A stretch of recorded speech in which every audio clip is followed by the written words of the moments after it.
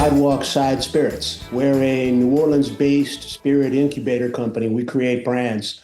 We own Gambino's King Cake Rum Cream, which was our first brand, and then HardHide Ponchatoula Strawberry Whiskey, and then we just recently launched HardHide Chilton County Peach Whiskey.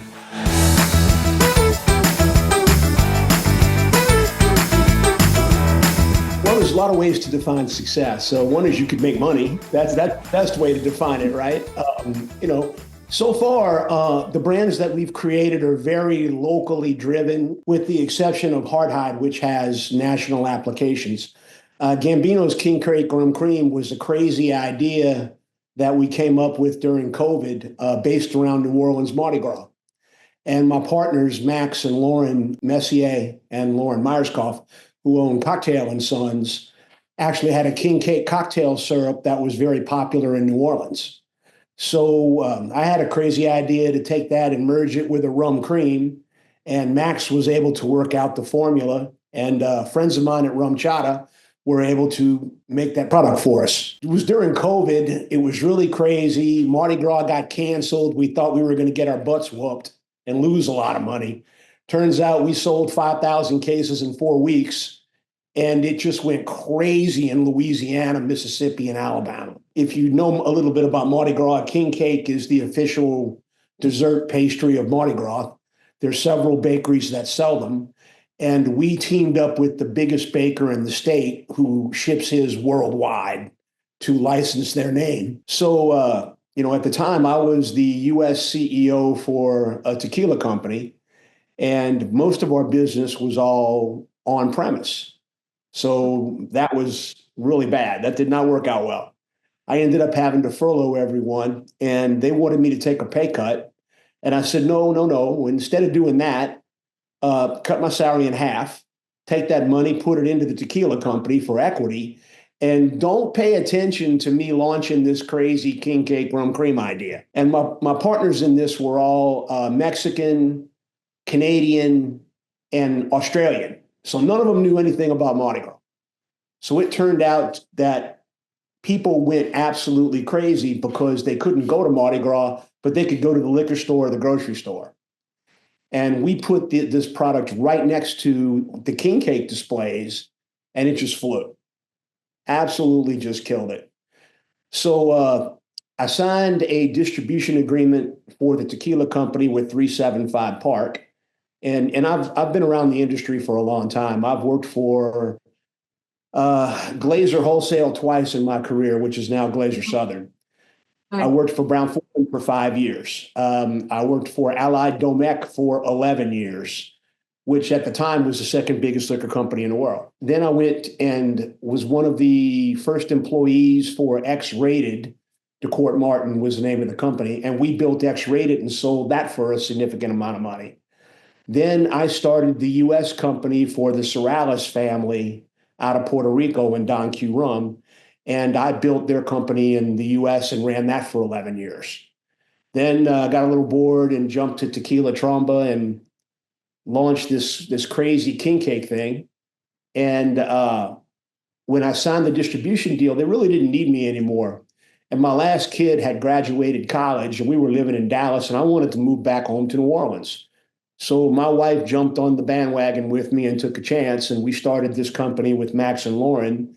And then since king cake really sells 3 months out of the year, she was shoving me to do something else. It's kind of crazy. I'm just kind of sitting around. And I came up with this strawberry whiskey idea. So we are at the heart of what we do whiskey-wise. We source our whiskey from MGP. Nothing embarrassing about that. They're amazing at what they do. So we get 3-year-old wheat whiskey, light American whiskey, and fresh fruit. The name HardHide comes from the mascot of the town of Ponchatoula, Louisiana. And she is a living, breathing, live alligator who lives in the city of Ponchatoula. So if you're familiar with, say, the LSU Tigers and Mike the Tiger, HardHide is the mascot of Ponchatoula. So Ponchatoula is also very famous for strawberries. One of the biggest places in the country that grows strawberries. The soil lends itself to it. There's 8,000 people that live in the city of Ponchatoula. 300,000 go to the Strawberry Festival every year. It's insane. We actually sold 800 bottles of strawberry whiskey in 3 days at this festival. It really was fun. My uncle grew up in Ponchatoula with my cousins, and it was always one of those things where my dad would take us to Ponchatoula to see our family, and we would always stop by and see HardHide. So when I was trying to come up with something, I didn't want to do another tequila because there's 1,000 of those. I didn't want to do another vodka. Oh my God, I'd shoot myself first. Really, the only space I could think of where you could be creative and in a category that was still growing was that flavored whiskey space. So then I'm like, oh my gosh, all right, so let's do some homework. What's the flavor going to be? And I wanted to stay true to our Southern roots and close to home. So I started, doing some homework, and it turns out when you look, strawberries are the #2 selling fruit in the United States. Average American eats almost 4 pounds a year. But when you looked at the strawberry whiskeys out there, there really wasn't anything that was really big. There's a couple of little things, but I tried them all, and I wasn't Happy. wasn't jazzed about any of them. So I'm like, okay, I can get my hands on amazing strawberries. I had my partners, Max and Lauren, who I thought could help come up with the flavor profile and help do the formula. And we started with a little distillery in New Orleans called Porch Jam. And very quietly, no one had ever trademarked the HardHide name. Ponchatoula's had HardHide for 30 years. Nobody had ever trademarked the name. So I actually trademarked the name and went back to the gentleman who owned the Gator and gave him the rights to do everything but make whiskey. So it was important to me I wanted to promote HardHide, of course, as the brand name, but what was important was to discuss the farms that we were using for this. And, Ponchatoula is on the bottle because I went and sat down with the mayor of Ponchatoula and I gave him a bottle. He thought I was there for money. Mayor Bob Zabby, term limited out. I walk in his office. He goes, "Who the hell are you? And what do you want? Money?" And I just laughed and I said, I didn't come here for money, but do you have any money? And he just kind of glared at me a little bit like I was wasting his time. And I said, "No, sir." I said, "I just want to show you what I've done, and I'm about to put this on the market. And I'm either going to call it HardHide Strawberry Whiskey or HardHide Ponchatoula Strawberry Whiskey. And I'm only going to use Ponchatoula strawberries. So I think this is really going to help promote the town and promote the strawberry farming." He says, "Well, is it any good?" And I kind of laughed and I'm like, "Well, I've never made a bad thing, so I feel good about that. Take a bottle, and why don't you tell me? And if you like it, I'll put the name of the town on the bottle. If you don't like it or you're embarrassed about it, it'll just be HardHide Strawberry Whiskey." I got an 11:30 p.m. What the hell? He's term limited out of there. 11:30 p.m. drunk text from the mayor telling me that he and his wife drank half the bottle and they absolutely loved the whiskey and that I had done the town proud and I better put Ponchatoula on there. So we got the mayor to back us. So we put the town on there.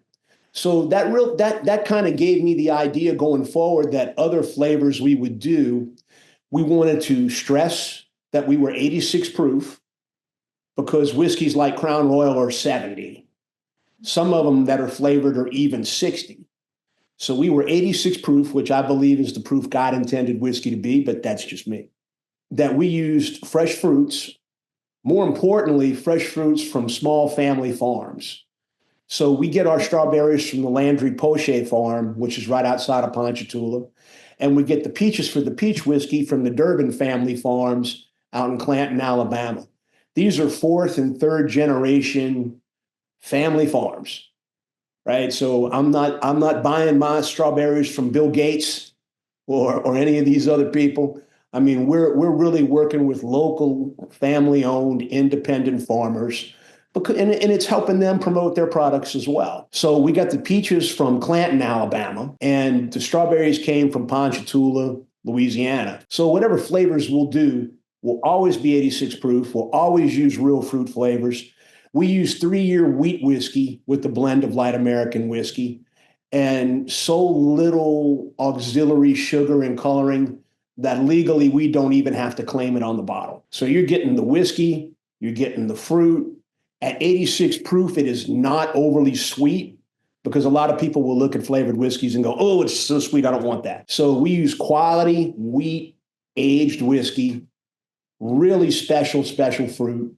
And I've moved production to arguably who I think is the best distiller in the state of Louisiana, a gentleman by the name of Thomas Sattal, who owns Sugarfield Distillery. So it kind of got crazy. Originally, I wanted to just stick to the South. And then Tillman Fertitta's restaurant group came and we made a pitch to them and they wanted to put it on the menu at Bubba Gump's, which very Southern driven chain, but they're all over the country.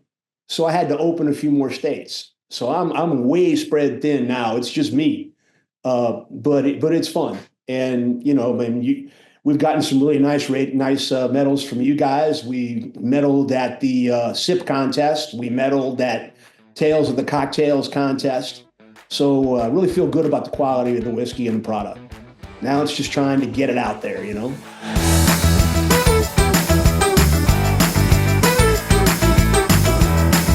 Well, the funny thing is continuing to have to educate distributors. Because the first thing they want to do is to put that next to the Bird Dog or the Dough Ball or the Fireball. And I'm sitting there going, wait a minute, 86 proof versus 60 and 70. Aged wheat whiskey versus I don't know what that is. Retail SRP, $28, $29.99 versus $19.99. This is not that.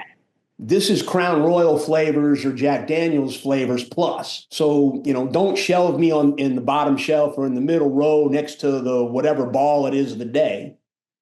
Put me up there with the premium whiskeys because even at our price point at $29.99, there's not a lot of 86 proof whiskey at that price point. So I'm on the premium end of flavored, but if you just look at whiskey, I'm kind of on the lower end of it for that 86 proof. So the flavor category is still growing, and you can still innovate in there. There's plenty of really tasty things. Heck, I had a chocolate mint whiskey the other day that a friend of mine's company made, and it tasted just like chocolate mint. It was delicious. I don't think I could have come up with that, but I tend to think more along the lines of the traditional fruit flavors. I want to be able to make a really quality product that has just a hint of that flavor that makes it special, but also works well in cocktails and you can drink neat.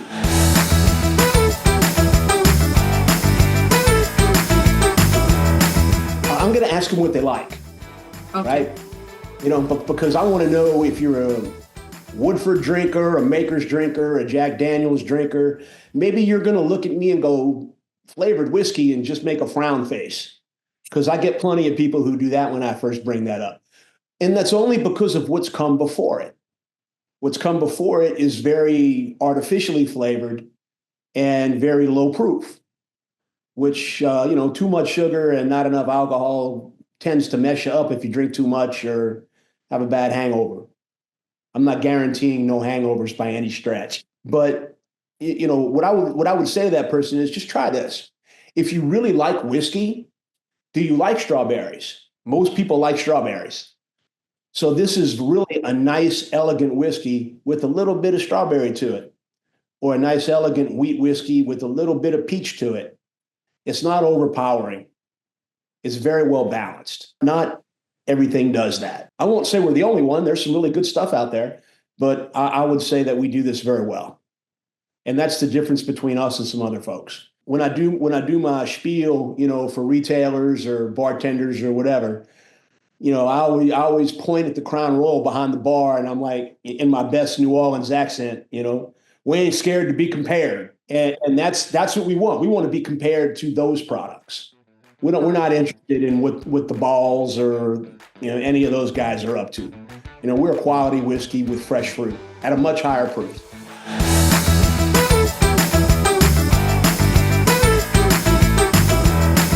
Yeah, we had a hell of a failure right out the chute on the strawberry. I am not a food scientist, nor am I a distiller. I just come up with these crazy ass ideas and I have a team of folks that bring them to life. right? They're my partners. So we had a pectin issue on the strawberry when we first launched it. So if you're not familiar with pectin, it's an enzyme that comes off of the fruit.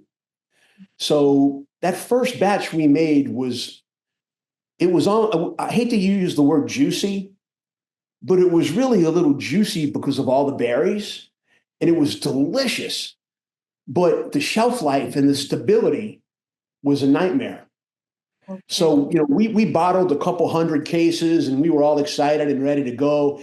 And then 2 weeks later, we look inside that bottle and the pectin was separating and coagulating in the bottles. So I had to go back to the original distillery and go, whoa, wait a minute, this isn't working. And they came back to me and went, you bet it's not working. Look at this mess. They were ready to kill me. So they had to filter this an additional 6 times to get the pectin out, which totally blew the cost of goods up, which totally drove the price up, and made me have to change the first formula.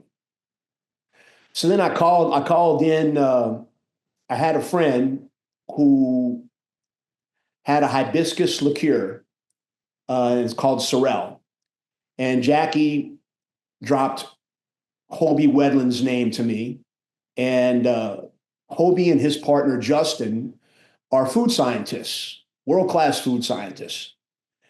And they're a very interesting pair of guys, to say the least. Both have PhDs, both very smart. And Hobie himself is disabled. He's blind from birth. Hobie could sit 10 feet away from you and tell you exactly what was in your perfume. He is one of the most gifted, smartest people I've ever met in my life. And his partner, Justin, is just amazing.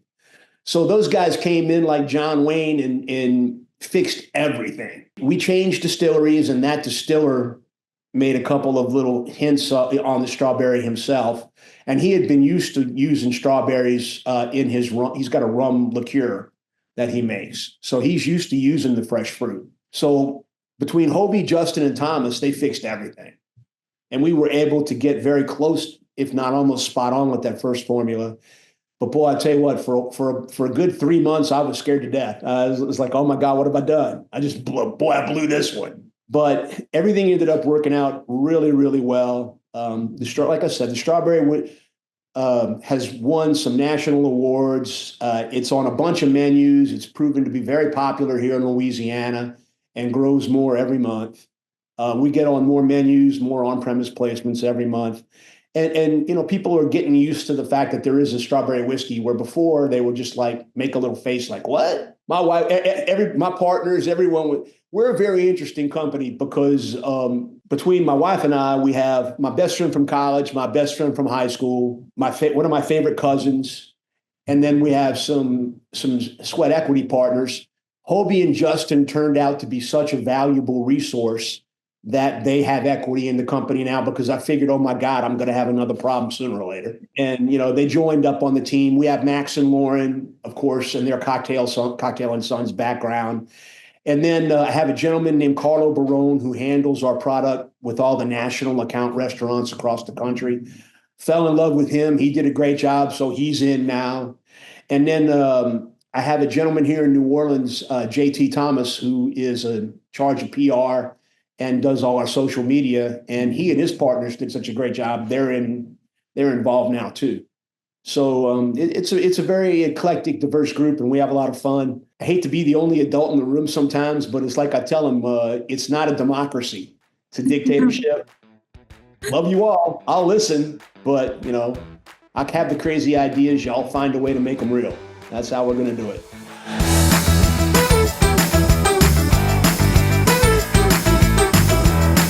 We have a tagline for our brand called "Not for the Thin-Skinned." We are an 86 proof Southern whiskey, and we are proud of it. No one said you had to drink it. If you don't want to drink it and your choice is to be sober conscious, please be sober conscious. That's best for you. We're going to talk to our customers and talk to people we think will like us. And if anybody's outside of that, do you, right? I come from a family that has some alcoholism in it. I'm lucky and very fortunate that that gene has skipped me, but that doesn't mean that I have not seen firsthand what happens to people who have that issue. So I'm very sensitive about that. So I'm kind of happy how some of these non-alcoholic products have come about. I'll tell you a personal story. I have an uncle who has dementia. He likes to drink. He can't drink anymore. We have substituted his product with a non-alcoholic rye whiskey, which he loves. He thinks it's great. It works out super. He's happy. We're happy. His doctor's happy. I think is affecting business as a whole mostly is it's not, people went crazy during COVID. They went to the store every day. They bought a bottle of something and they drank it. And they did it in front of their kids. And maybe some of those kids didn't like the way their parents were like that. So they made the choice not to drink that. And that's understandable. I get that. Everybody has their own tolerance level. I'm not your doctor. I'm not your psychiatrist. But if you have an issue, there are alternatives now for you. Non-alcoholic, that athletic non-alcoholic beer, man, that's great. So I mean, I'll have one of those with the guys after a game or something. I mean, it's super. The market needed some of those things, right? There's absolutely a need for some of those things. The RTDs are what is really making a big pounding in a lot of our business, I think. Gosh, there's so many of them now. And then you have THC. So, what I heard the Brown-Forman CEO said the diet drug, I mean, you don't want to drink when you're taking the diet drug. I live in New Orleans. I wouldn't know about that. We like to eat. But there are so many things now, right, that did not exist before. And really, when you look at the nosedive that the industry's taken, it's not that bad if you go back and look at the trends before COVID. COVID made everybody fat and happy. And then when COVID went away, right? And most of the people who drive trends are publicly traded companies. And their stock during COVID, their stock now, but the trends are kind of like that as far as consumption. So, I mean, I think it's an overreaction. The alcohol business has always been cyclical. If anything happens, I think I'm concerned about some of the tariffs and things because I know it's already had an effect on my King Cake Rum Cream because we buy bottles and boxes from China. So that's a price increase I'll have to take that I'm not wanting to take. So if I got to do that, how do the big guys do that? I mean, Diageo said something the other day about, several $1 million hit because of tariffs. It's not small. I have no sense of what that means one way or the other. I have faith in the president that he knows what he's doing. I'm not sure, but I got to have faith. I think everything is going to come back around. I think people may drink a little less or they may drink cheaper. And even with some of the pricing that is out there, alcohol is still probably one of the most reasonably priced indulgences you can have. We're living through a revolution right now. I mean, between the RTDs, the non-alcoholic products, the THC drinks, all these are new things, right? It'll take a cycle to sort out where it's really going to go. I think everyone just needs to have a little patience. I'm such a small guy. Hey, look, I want in on Crown Royal and Jack. There's still plenty of that. So just let me have 20% of that and I'm fine.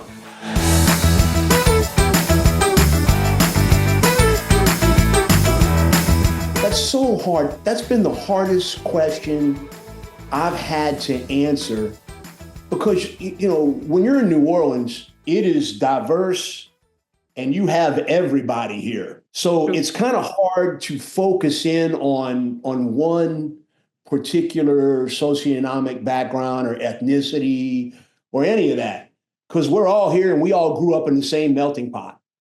So you have to kind of think. And here, it's not unusual to have a drink with your parents at a young age, right? I mean, at an age that might not be very responsible. But that's the way we grow up. And we grow up around food and we grow up around family. And it's not unusual for your dad to give you your first beer. And so you want to pick somebody out. I tend to think that we like people or people would like us who enjoy a good time, who like live music, who love football American football. Not that we have anything against soccer. We don't, it's a little hard for me to follow. But what I'm finding is we're getting a little bit of everybody. So I'll give you an example. One of the most iconic Black restaurants in the city of New Orleans is a fried chicken place called Willie Mae's. We have a HardHide fried chicken, peach glazed fried chicken wing on their menu that they did themselves, that won a food competition here in New Orleans and has sold so well it's on their menu full time. Then again, when you go to Ponchatoula, you have everybody on the Tickfaw River, which is a nice little river that runs right outside of the city. You got them on their boat drinking strawberry whiskey lemonade. I can't pigeonhole that. Every marketing person I know would slap me upside the head for this. Like I said, I've worked for some big companies and had some big jobs and brand directors and marketing people, and they would all fuss at me for not focusing directly in. It's too early in our development to know what that is. That customer is going to tell us. And if I can get across the melting pot of New Orleans and everybody likes the whiskey, I'm good anywhere.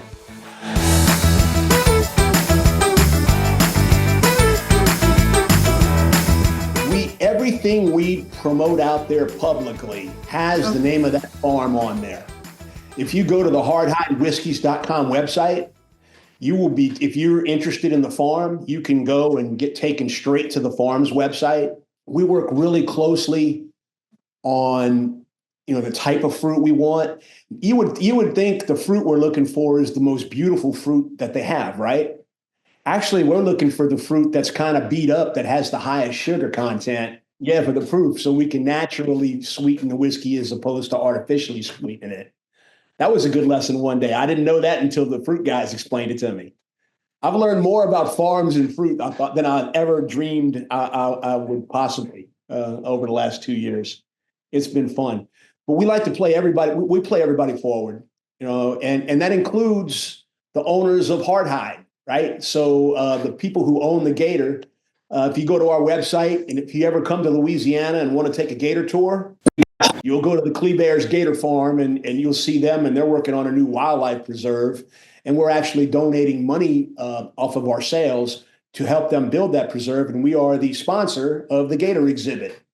Of course we are. Money from the Peach actually goes towards Toop's family meal, which Louisiana is an economically challenged state. When the government cut those SNAP benefits, it significantly affected a lot of kids in Orleans Parish, where we live here in New Orleans. During the summer, they were not getting breakfast. They were not getting 2 meals a day. Isaac Toops is a James Beard Award-winning chef. He and his wife have created a charity to feed food insecure kids in Orleans Parish. So we donate a percentage of our profits on the Peach and are one of their big fundraisers every year. They've served, I think it was 70,000 meals since they started this project. Amanda Toops had me in a chair crying when she was describing this whole thing to me. It's like a big baby. And we were looking for a charity for the Peach.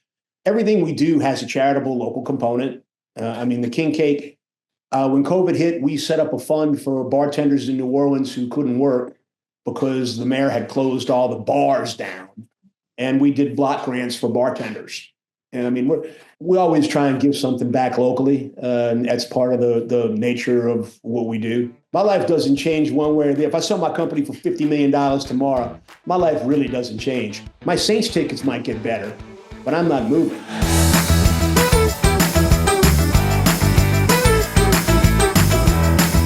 I'm a living case study. Somebody should take me as the case study.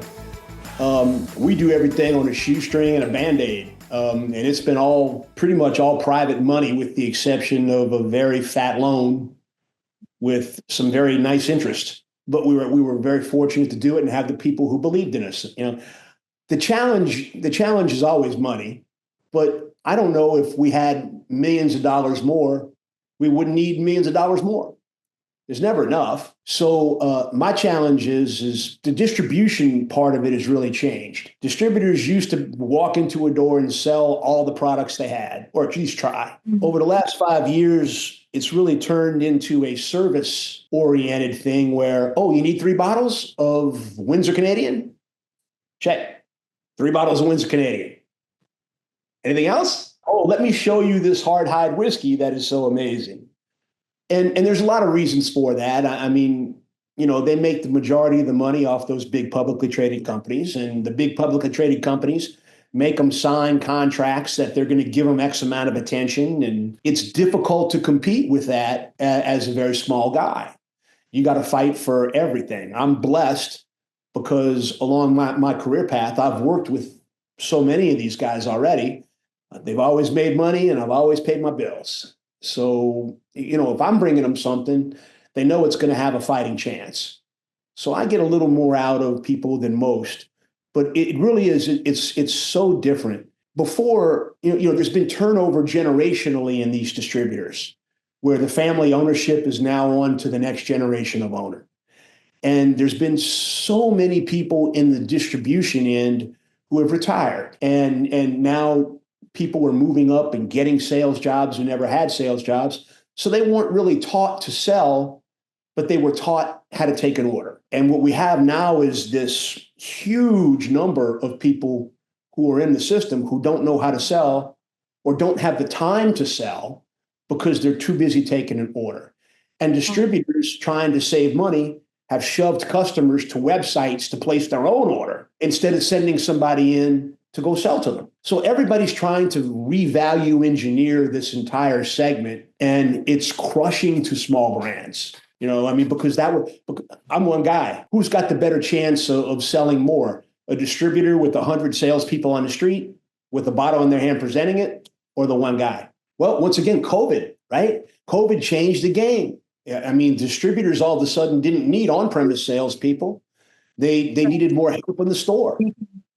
So they were sending people into the store to build displays and take orders and move cases back and forth and fill shelves. I mean, it for a good long stretch of time, it just changed the mindset. And our industry is slow to react to changing a mindset. Now we got to scramble to get back to what we used to do best, and that's sell stuff.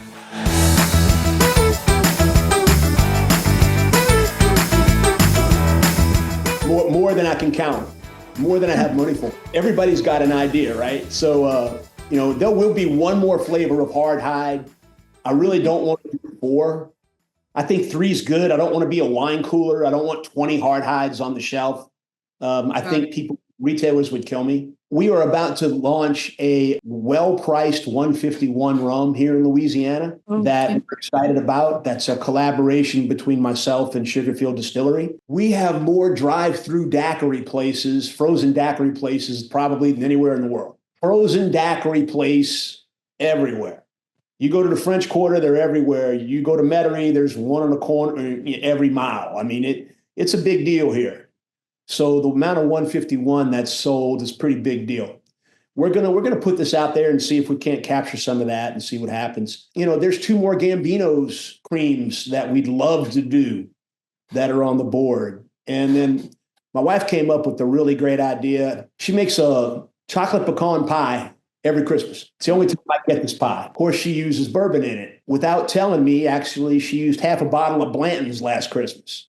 She didn't know. She didn't grab the cheap bottle. She grabbed the Blanton's bottle. Shout out to Sazerac out there. And all I know is that it might have been the most expensive pie I've ever eaten, but I'll tell you what, it was the best pie I've ever eaten too. And we're playing around with the chocolate pecan pie whiskey recipe. I mean, and we would only probably put it out during Christmas. I mean, it'd just be once for fun, But there's also some brands that Sugarfield Distillery has that need some love and some extra help, and we're excited about helping them on their stuff. That's the partnership that's really turned out to be super. Is now not only do I have food scientists, and I have mix and flavor people, but I got a distiller too now. So it's all the benefit of having a distillery without actually having to own it. And that guy is as gifted as they come. So we're going to put some special things together. And I've got a son who works at Best Brands, and he's in Nashville, Tennessee, learning the business. specifically for him to come in and come help me in the business. My daughter has her own social media company and she does a lot of our marketing stuff to the side. She fired me as a client. Her business got so big. She still helps dad from time to time, but it's my hope that she comes into the business, from a marketing perspective too one day. I make the joke all the time. We're either going to be fabulously successful or I'm going to be working at Walmart as a greeter. I'm not sure which one that's going to be yet. It's very inspiring to see that the products that we put out have been so well liked. When you walk into Costco and you see 50 cases of Gambino's King Cake Rum Cream, you're just like, it's like winning an Academy Award or something. To see something that you created with your friends and all of a sudden people love it and they go crazy for it. It's like, wow. I'm telling you, I'm very grateful for it. I'm fortunate to be where I am with this. I had some great mentors, some great bosses in the business. My boss at Brown-Forman, John Emanuel, is probably one of the smartest guys I've ever worked for. He taught me everything I needed to know to be successful, coached me very hard, if you know what that expression means.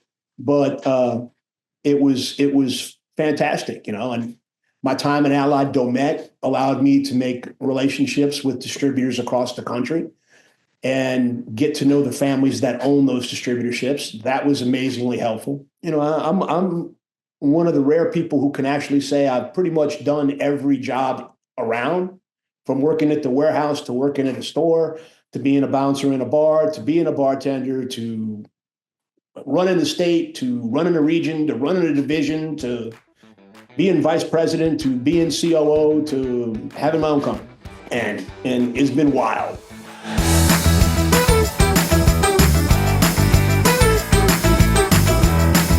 Oh, that's so wrong. My wife says we're not supposed to have a favorite child. I cannot lie.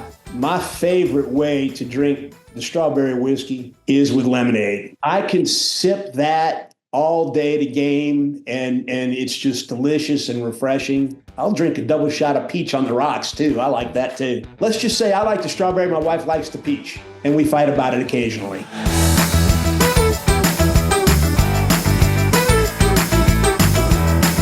All I can ask people is if you smiled at any of this, or if you like the look of the package, try HardHide. You can compare it to any other of your favorite whiskeys or a flavored whiskey. I think you'd be surprised at what you're drinking. It's not overly sweet. It is quality aged wheat whiskey with American light whiskey. And some of the best fruit goes in that you will find anywhere. The best peaches in the country, the best strawberries. And we're not playing around with this. This is a very, we take this, the way we make this, very seriously. And we, we got it. We named it after an alligator, and we're from the South, and we like to make fun of everything, and we got an accent and all that stuff. But what you're drinking is a really quality product, and I'm very, very proud of the people who put all the work and the love into it. I really am. Like I said, I'm luckiest guy around to work with the folks that I do and to be doing what I'm doing.